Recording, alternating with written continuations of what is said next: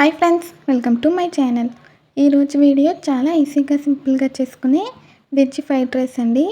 ఈరోజు lunch box రెసిపీగా కూడా చేసుకోవచ్చు.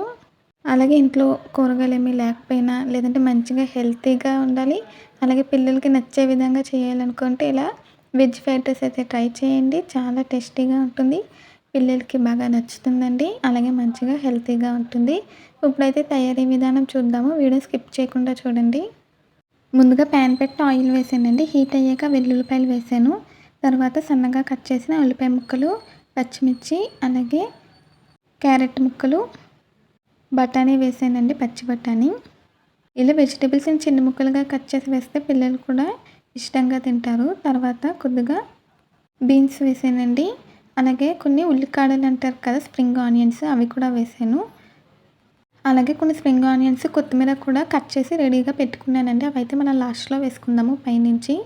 ఇప్పుడైతే వెజిటేబుల్స్ అన్నీ కూడా మనం ఫ్రై చేసుకోవాలి. మరి ఎక్కువగా ఓవర్గా ఫ్రై చేయకూడదండి. ఫ్రైడ్ రైస్కి మనకి ఒక్క 70% ఫ్రై అయితే సరిపోతుంది. 100% ఫ్రై చేయాల్సిన అవసరం లేదండి. ఇప్పుడైతే మనకి 75% ఫ్రై అయిపోయింది. తర్వాత ఇందులోకి రైస్ వేస్తున్నాను. నేను మామూలు రైస్తోనే చేస్తున్నానండి. మీరు కావాలంటే బాస్మతి రైస్తో కూడా చేసుకోవచ్చు. ముందుగానే నేను రైస్ని వండేసి పెట్టుకున్నాను. ఇప్పుడైతే మనం తగినంత క్వాంటిటీకి తగ్గట్టుగా రైస్ వేసి, ఇప్పుడు రైస్కి తగినంత ఉప్పు, కారం, అలాగే కొంచెం గరం మసాలా పొడి వేసానండి. వేసి బాగా మిక్స్ చేయాలి. మనం హై ఫ్లేమ్లో పెట్టుకుని టాస్ చేసుకుంటే మనకి కొంచెం టేస్ట్ అనేది బాగా వస్తుందండి. హై ఫ్లేమ్లో పెట్టి కలుపుతున్నాను. చూడండి ఫ్రెండ్స్, ఇలా బాగా మిక్స్ చేయాలి. ఇలా బాగా కలిసిపోయాక ఒక 2 నిమిషాల పాటు కూడా మనం అలా వేయించాలండి. అప్పుడైతే మనకి టేస్ట్ బాగుంటుంది. సింపుల్గా ఈజీగా తయారు చేసుకోవచ్చండి. లంచ్ బాక్స్ రెసిపీగా బాగుంటుంది. అలాగే ఇంట్లో కూరగాయలు ఏమీ లేకపోయినా ఇలా వెజిటేబుల్ రైస్ చేసేస్తే పిల్లలకి కూడా నచ్చుతుందండి. మనకి ఈజీగా స్పీడ్గా తయారవుతుంది. ఇప్పుడు చివరిగా కొత్తిమీర, అలాగే మనం ముందుగా పక్కన పెట్టిన కొన్ని స్ప్రింగ్ ఆనియన్స్ కూడా వేసేసి ఫ్రై చేశానండి.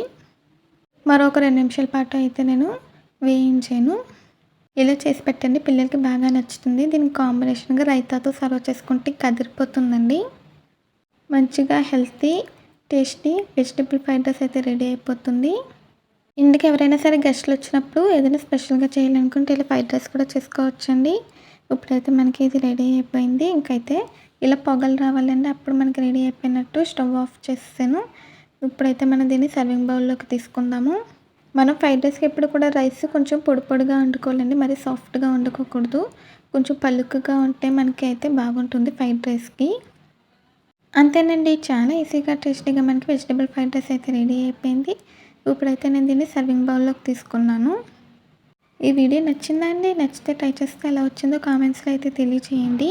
మీరైతే ఒకసారి ఖచ్చితంగా ట్రై చేయండి, బాగా నచ్చుతుంది. పిల్లలకి కూడా చాలా ఎంజాయ్ చేస్తూ తింటారు.